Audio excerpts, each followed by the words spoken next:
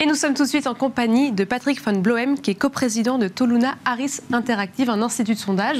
Merci beaucoup d'être avec nous. Merci de m'accueillir. Est-ce que vous pouvez nous dire depuis combien de temps est-ce que vous sondez, faites des sondages sur l'identité sonore des marques?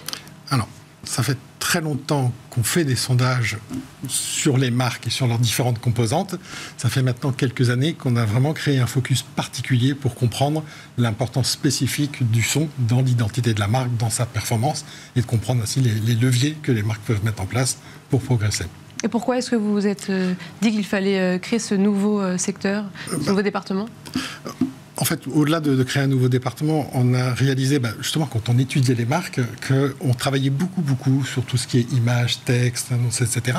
Et que le son, qui est un élément fondamental, était souvent conçu comme le petit plus, le sel et le poivre de la recette, etc. Or, c'est pas le cas. C'est pas le cas. Le son, c'est fondamental. C'est un marqueur. On le voit dans notre vie courante, mais c'est un marqueur de notre vie. On se souvient tous d'émotions particulières liées à du son, etc., à des chansons. Et tout à l'heure, on parlait d'un bruit qui dérange, etc. Mais voilà, on est marqué par le son, et c'est étudié comme étant un petit plus. Tiens, si on mettait un peu de musique sur cette publicité, tiens, si on mettait un peu de musique en magasin. Non, en fait, c'est vraiment quelque chose que l'on doit mesurer, parce que ça a énormément d'impact sur la performance des marques. Et donc, si on ne le mesure pas, on ne va pas progresser, on ne va pas savoir où on en est. Et c'est pour ça qu'on a commencé à travailler. On a travaillé notamment avec 6e Son sur un baromètre de performance des marques pour pouvoir avoir aussi un jalon, un benchmark, et pouvoir se dire, tiens, j'en suis où par rapport aux normes du marché sur cet élément. Et on voit vraiment qu'il y a des grandes différences selon les marques et leur stratégie. Mais avant de revenir vraiment sur ce baromètre en détail, est-ce que vous savez à quel point les Français sont sensibles à l'identité sonore des marques? Est-ce que vous voyez ça dans vos sondages? On le voit de deux manières. Déjà, on le mesure quand on évalue une campagne ou une identité, on voit bien qu'il y a un impact. Et indépendamment de ça, quand on leur demande, tout simplement, est-ce que c'est important pour vous? Vous avez 82% des Français qui considèrent que c'est important pour une marque d'avoir une identité sonore. C'est à peu près au même niveau que le logo. D'accord, c'est au même niveau. Voilà, on est vraiment à quelques détails près au même niveau. Et donc, c'est assumé. Mais au-delà d'être assumé, parfois, d'ailleurs, les gens sous-estiment l'impact que quelque chose peut avoir sur eux. On le voit sur la publicité. Les gens disent, la publicité, ça ne m'influence pas. C'est pas vrai. La publicité, ça influence.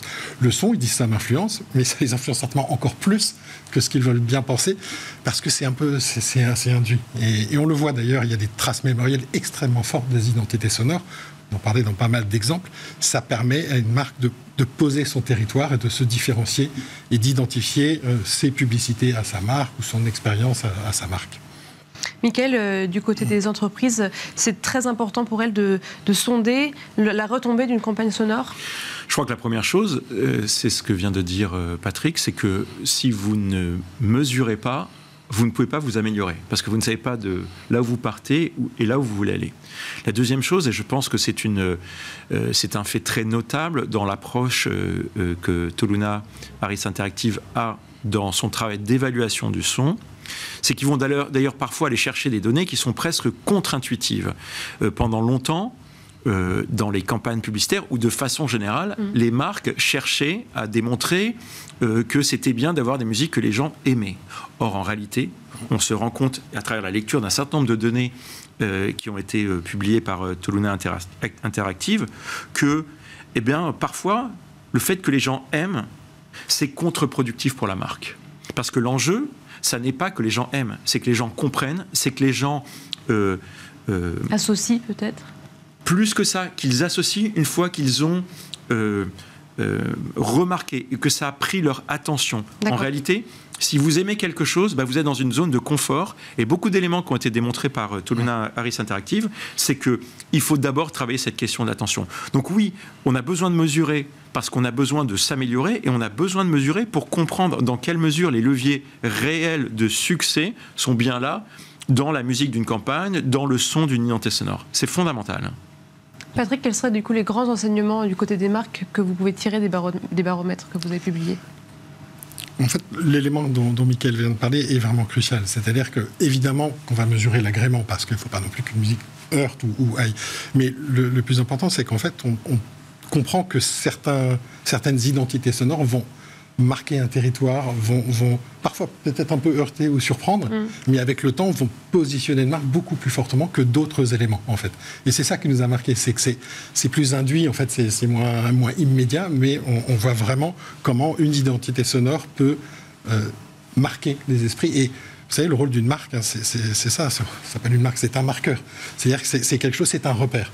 Et on vit en plus dans un monde qui est relativement instable, vous avez certainement remarqué, crise du Covid, inflation, guerre en Ukraine, etc. Donc c'est important que les consommateurs et les citoyens puissent avoir des marqueurs forts, et des marques font partie de ces éléments. Et quand l'identité sonore est efficace, au-delà de plaire ou déplaire, c'est pas ça qui nous intéresse. Quand elle est efficace, elle crée ce marqueur, et du coup, les consommateurs s'identifient à quelque chose, et au moment où ils auront des choix à faire, forcément, ça va avoir un impact sur leur consommation. Et c'est vraiment notre métier, nous, c'est de comprendre quels sont les leviers pour nos clients pour être plus efficaces, plus pertinents. Et donc, sortir du juste plaisir de se dire tiens, je vais faire une publicité, tiens, je vais mettre tel artiste, etc. C'est très sympa, c'est très louable, c'est très bien aussi pour les artistes en termes de modèle économique, mais c'est plus important pour les marques de partir de leurs enjeux à eux et d'aller chercher, et c'est pour ça que la création est intéressante dans l'identité sonore, d'aller chercher quelque chose qui soit efficace, pertinent et durable, parce que comme c'est un marqueur, ça dure. Oui. Et donc, il faut vraiment réussir. C'est pour ça qu'on veut pré-tester. C'est que si on se plante au début, on en a pour des années, parce qu'on a beaucoup de marques qui sont scotchées à une ancienne identité sonore, parce que ce marqueur est fort. Est-ce qu'il y aurait des erreurs à ne pas connaître qu'on pourrait voir qu'on pourrait voir dans ce baromètre ?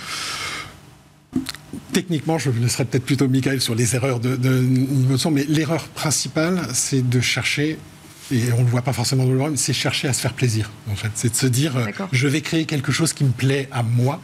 Et c'est une erreur qu'on ne trouve pas que dans le son, on le retrouve dans tout, dans les visuels, etc. Et c'est pour ça qu'on fait beaucoup de pré-tests. Ce qui est important, c'est non pas d'ailleurs faire plaisir non plus à ses clients, mais c'est de trouver ce qui va correspondre à l'identité de la marque. Et donc, on va le mesurer de manière dissociée de la marque. Qu'est-ce que ce son va évoquer ? Est-ce que c'est bien ça qu'on visait ?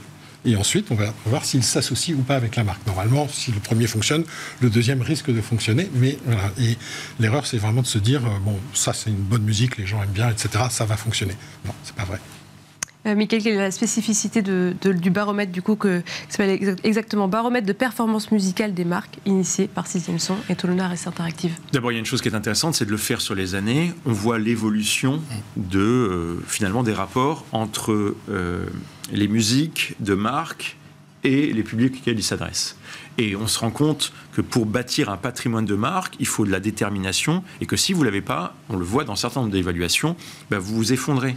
Il y a un autre enseignement que je trouve essentiel, et Toluna Harris Interactive l'a montré assez vite, c'est que finalement, et ça peut paraître contre-intuitif là aussi, quand vous utilisez une musique connue, sympathique, que les gens adorent, ça ne crée pas de lien à la marque. Ça a même tendance à la diluer. Puis il y a une troisième chose que je trouve essentielle quand on lit dans le temps les études que vous publiez, c'est que finalement, la musique de marque, l'identité sonore de marque, c'est un lien à nul autre paraître, parce qu'il y a une capacité émotionnelle à créer de la familiarité avec ses publics. Créer de la familiarité avec ses publics dans un contexte qui est quand même de plus en plus tendu et concurrentiel, c'est un avantage de marque, et donc l'identité sonore, sous l'angle que vous exposez, c'est un élément de succès des marques. C'est un élément business. Moi, je trouve que c'est déjà pas mal comme enseignement. Eh bien, merci beaucoup à tous les deux. Merci Patrick Van Bloem. Je rappelle que vous êtes coprésident de Toluna Harris Interactive. Merci.